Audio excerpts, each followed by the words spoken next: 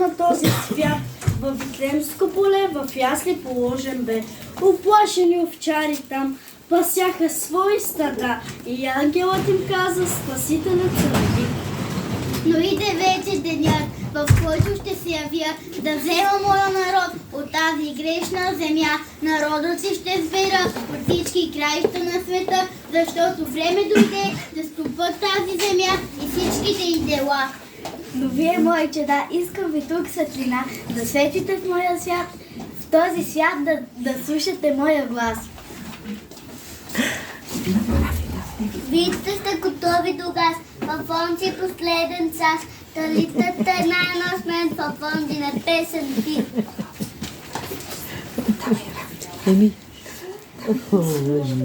Еми, минут Еми. Слава на Исуса, бедни деца, предадени на спаса с искрени сърца.